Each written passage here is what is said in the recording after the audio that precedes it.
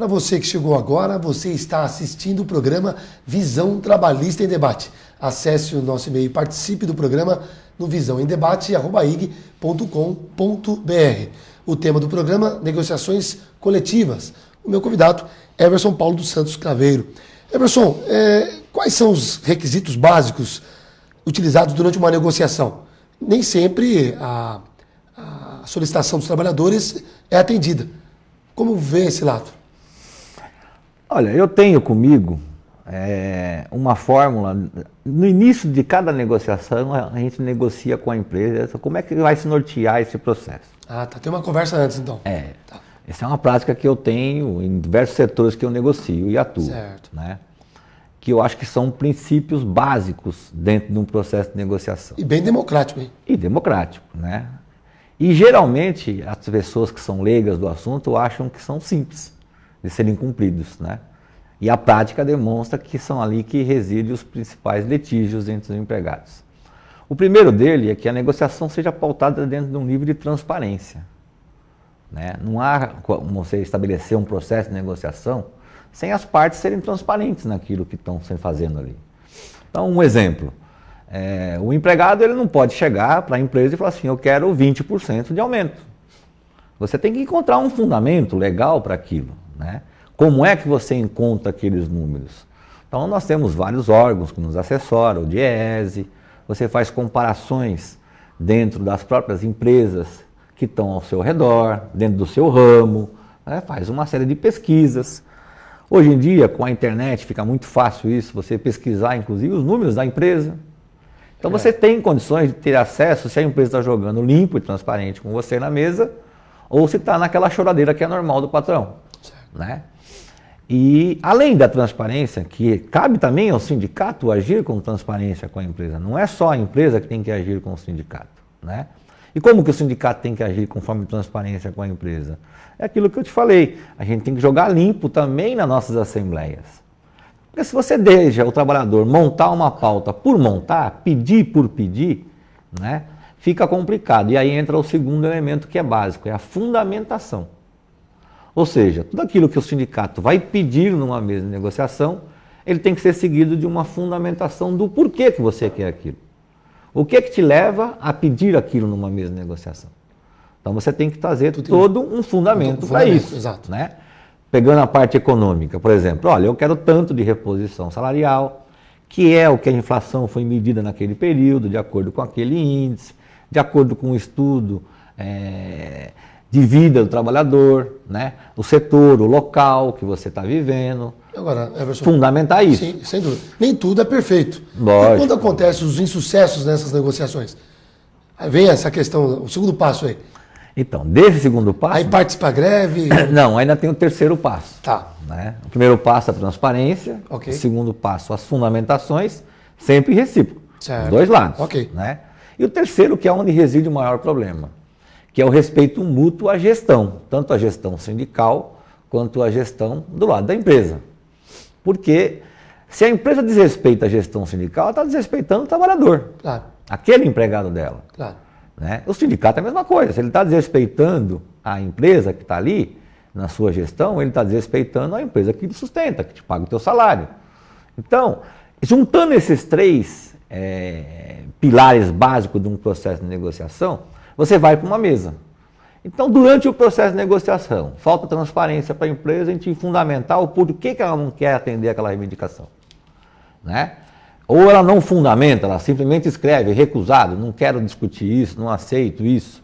Ela nem quer ouvir o que o trabalhador tem a pensar naquilo. É complicado. Né? E fica complicado. E o desrespeito à gestão faz com que o clima também, dentro da negociação, fique um clima tenso. Por quê? Vou dar um exemplo para você entender bem claro essa questão da gestão. A empresa pode se comunicar com o empregado? Pode. Ela tem o direito de se comunicar com o empregado? Tem. Desde que ela seja dentro daqueles pilares, com a transparência.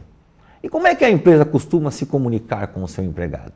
É com essa transparência? É com os fundamentos todos? Ou é só aquele lado que ela enxerga? De interesse. Né?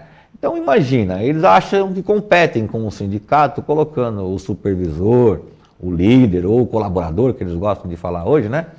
a conversar com os empregados numa época de negociação, tentando convencê-los do que aquilo que ela está oferecendo é o melhor do que o que o sindicato está pedindo. Olha que contrassenso chega o desrespeito à gestão. Quer dizer, se aquela pauta que está na mesa sendo discutida foi construída com o empregado em várias reuniões, né, setoriais, específicas, e depois juntadas todas numa assembleia, o trabalhador ele referendou ao sindicato aquilo para ser discutido. E chega na hora da negociação, ela quer mostrar o lado contrário, sem fundamentar, sem a transparência, e quer induzir o empregado, né, no seu líder, de que aquilo é a melhor proposta, senão ela ameaça com demissão, com transferência, com alguma perseguição. Então, algumas empresas ainda, infelizmente, agem dessa forma de desrespeitar a gestão sindical. Eles acham que o dirigente sindical que está ali negociando, ele é um subordinado dele. Não é. Já não é. Verdade. Né? Então esse é um tipo de insucesso que pode ocorrer numa negociação coletiva. Eu digo isso porque quando se fala de greve, fala, pô, os trabalhadores não querem trabalhar, mas não se vê o que passa nos bastidores antes de chegar à greve, quando estoura o negócio. Não é isso, Everson? Em outras palavras?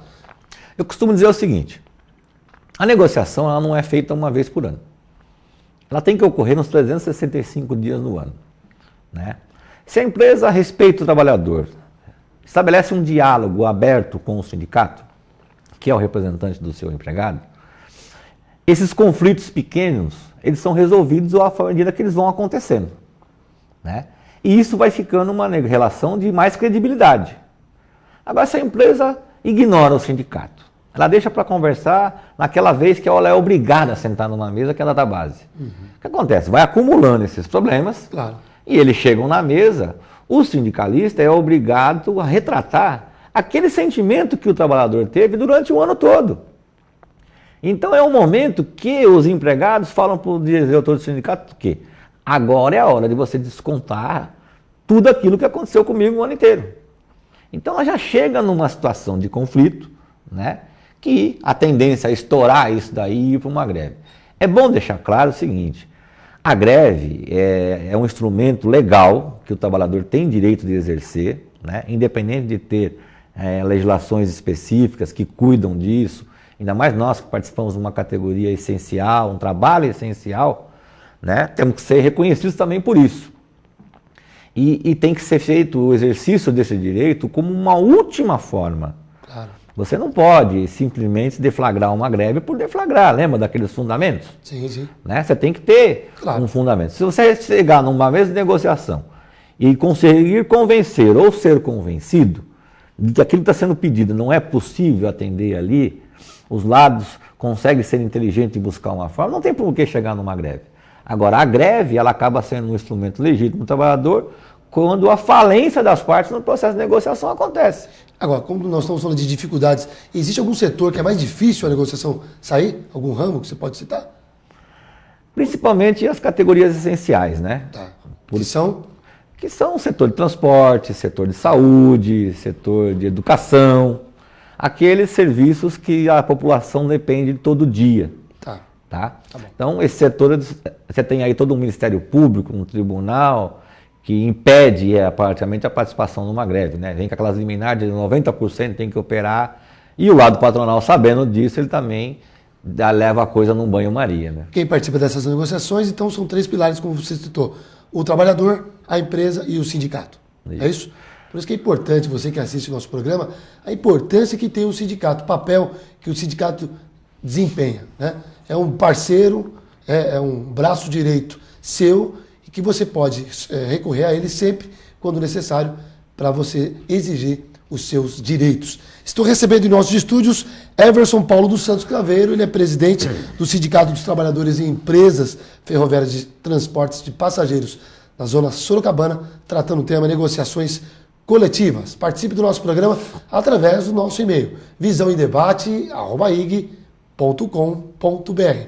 Nós vamos para um breve intervalo e já voltamos. O Everson vai falar ainda sobre o livro, sobre um pouco do livro que ele escreveu. Fique conosco, não saia daí.